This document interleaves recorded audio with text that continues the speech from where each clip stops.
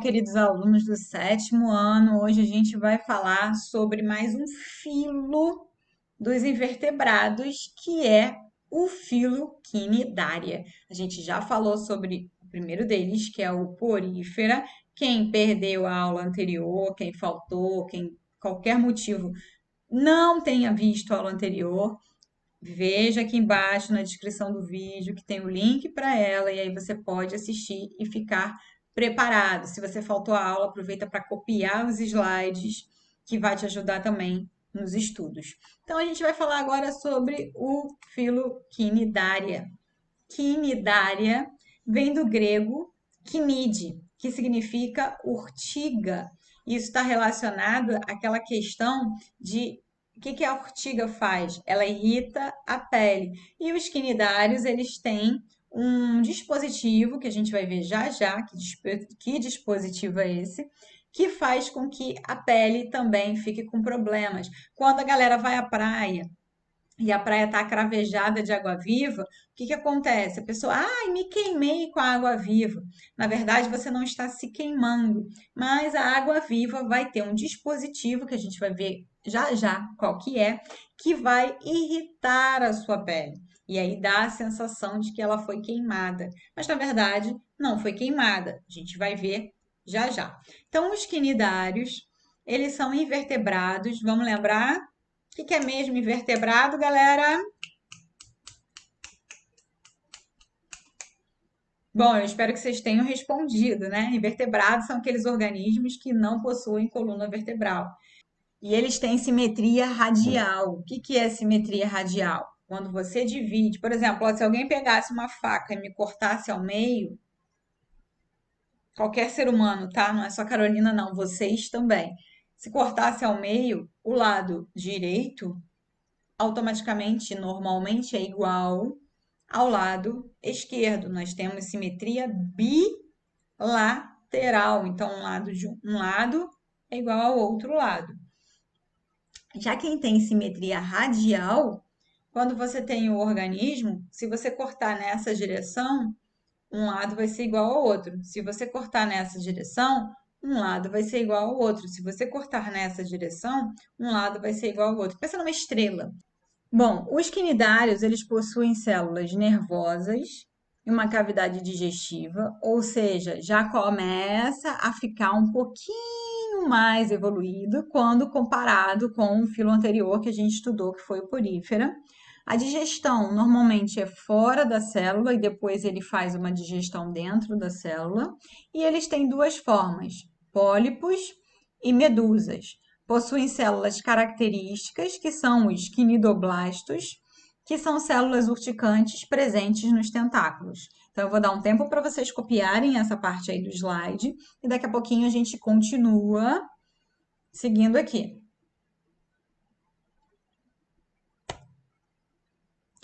Bom, a gente tem então as duas formas aí dos quinidários. As formas móveis, que são as medusas. Então, é a que está nesse lado para cá, aqui que vocês estão vendo, né? De frente para vocês é o lado direito. E as formas fixas, que são os pólipos, são conhecidos como anêmonas. Quem lembra do Nemo? Quem assistiu ao filme Procurando Nemo viu que o Nemo morava em uma anêmona, né? E essa anêmona é um quinidário. E aí, vocês vão se lembrar. Ah, eu vou deixar para falar isso daqui a pouquinho, melhor. Então, ó, são duas formas. Então, a forma de pólipo, que está à esquerda de vocês, eles são sésseis, ou seja, eles não se mexem. Lembra do porífero, que também não se mexia? Os pólipos também não se mexem. Então, se nasceu ali, se fixou ali, e ali ele vai se desenvolver até o final da vida. E são bentônicos. O que são bentônicos? São organismos que são fixos em um substrato, eles são fixos em algum ambiente.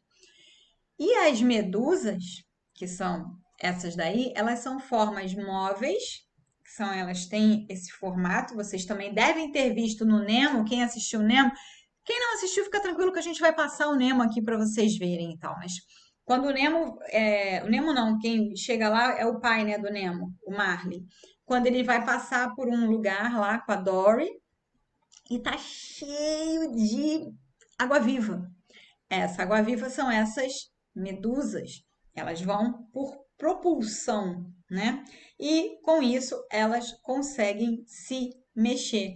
Por isso que elas são chamadas de planctônicas, porque elas flutuam de acordo com o movimento da água. E com isso elas conseguem se deslocar, diferente do pólipo que não se mexe. O pólipo fica ali, ó, quietinho. Os tentáculos até se mexem, mas ele em si não vai sair saracoteando andando por aí, tá? Já a medusa consegue. O que vocês podem ver aí de diferença entre um e outro também é a questão da cavidade gastrovascular, ou seja, onde acontece a digestão. A boca dos pólipos está na parte de cima. Então, você tem um pólipo aqui e a boca está em cima. Diferente da medusa, que está assim e a boca está embaixo. Conseguiram ver a diferença? Boca do pólipo em cima, boca da medusa para baixo. Então, essa também é uma diferença entre eles. Então, os pólipos não se mexem, resuminho, hein? Pólipos não se mexem, não se locomovem, são sésseis. É a mesma coisa que imóveis. São bentônicos porque estão fixos em algum lugar. Então, seja numa pedra, no fundo, na areia, tá preso ali. A boca do pólipo fica para cima.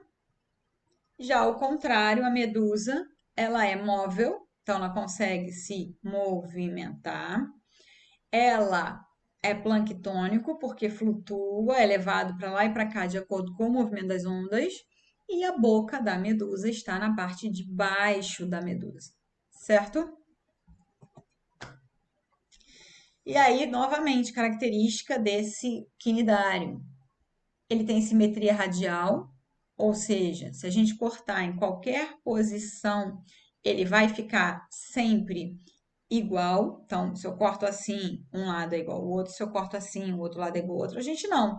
Se eu cortar um pouquinho mais para cá, cortei aqui, o meu lado direito vai ser diferente do lado esquerdo. Eu tenho que cortar radial no meio. Desculpa, bilateral no meio, certinho. Então é diferente. Apresentam cavidade digestiva, a gente viu ali, ó, a cavidade digestiva tanto do pólipo quanto da medusa, todos eles têm essa cavidade. O porífero não tinha, lembra disso? Presença de células nervosas, vocês conseguem ver nessa imagenzinha ali, que tem uma rede nervosa, né, enervando esse organismo. E a gente tem alguns representantes aí do grupo quinidária. A gente tem as hidras, as medusas, as anêmonas do mar e os corais. Então, ó, ali na primeira imagem a gente tem um trecho do filme do Nemo, que são os anêmona, que é uma anêmona, então é um quinidário. Do lado ali a gente tem um hidrozoário, uma hidra, e do outro lado a medusa, né? Então a gente já viu aí essas três formas de organismos. Como que é a fisiologia desses quinidários, né? Então a digestão é extracelular por enzimas digestivas, então ele joga uma enzima na comida, essa comida é digerida, né? E depois esse alimento que começou a ser digerido, ele vai ser fagocitado, ou seja, jogado para dentro das células da cavidade gastrovascular. O sistema digestório ele é incompleto. Por que que ele é incompleto? Porque ele só tem a boca, ou seja, ele só tem um orifício. Um sistema digestório completo, ele tem que ter o lugar de entrada e o lugar de saída, ou seja, tem que ter uma boca e tem que ter um ânus. No caso dos quinidários, eles só têm a boca, eles não têm o ânus, então, consequentemente, o sistema deles é incompleto. Então, o sistema digestório dos quinidários é incompleto, só tem um orifício, que é a boca.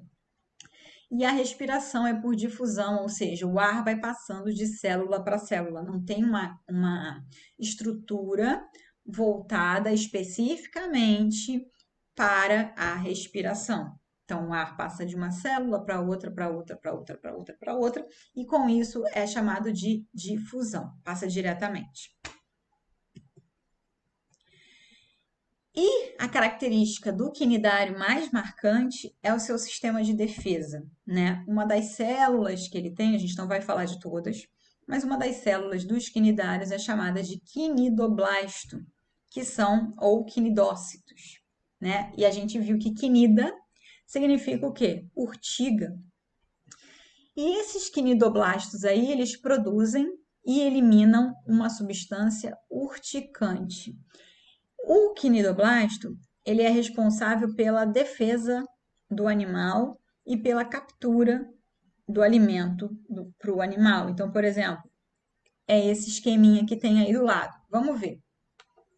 Então, olha só, imagine aí que você tem uma medusa. Da medusa partem seus tentáculos e um detalhezinho desse tentáculo a gente vai fazer aqui. Então, ó, fiz um detalhe aqui, estou aumentando esse tentáculo. Nesse tentáculo aqui, na pontinha dele, existem várias cavidadezinhas. E dentro desta cavidadezinha, a gente vai encontrar o que a gente chama de quinidócito. Então, você imagina que você tem uma célula. Dentro dessa célula é como se você tivesse um arpãozinho. E quando alguém toca aqui, então imagina que você estava lá nadando, lindo e maravilhoso, viu uma anêmona e, ai, que bonitinho, deixa eu encostar. Coloca o dedinho nela. Ou não viu mesmo, estava nadando, a anêmona, a anêmona não, desculpa, a medusa tocou o tentáculo na sua pele. Quando esse tentáculo ele é tocado, seja sem querer ou seja por querer, o que, que vai acontecer com ele? Essa estrutura vai desenvolver um gatilho como se fosse te lançar um arpão.